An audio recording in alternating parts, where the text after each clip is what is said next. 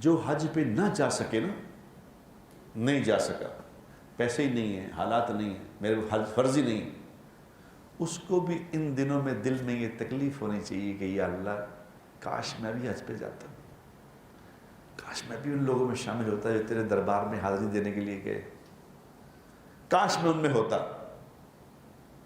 اور یہ فتویٰ نہیں ہے، نہ یہ دینی بات ہے، میں اپنے پاس سے یہ بات کہہ رہا ہوں کہ وہ بھی تلبیہ پڑھا کرے، اللہ قدرت والا ہے، ابھی تلبیہ پڑھنا شروع کر دے، اللہ اس کو اگلے سال لے جائے گا حج پہ۔ اللہ کے لیے کیا مشکل ہے؟ حالات کا بننا بگاڑنا تو اللہ کے ہاتھ میں۔ اللہ کو اپنی طلب تو دکھاؤ، اللہ کو طلب دکھاؤ۔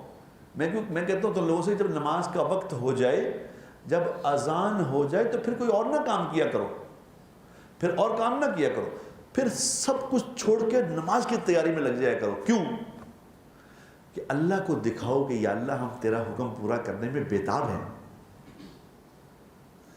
اس بےتابی پہ، اس چاہت پہ اللہ تبارک و تعالیٰ جو عطا فرمائے گا وہ عمل پہ عطا نہیں کرے گا، عمل سے زیادہ اس کی بےتابی پہ مل جائے گا اس کو، ہائے میں بھی چلا جاتا، ہائے میں بھی چلا جاتا۔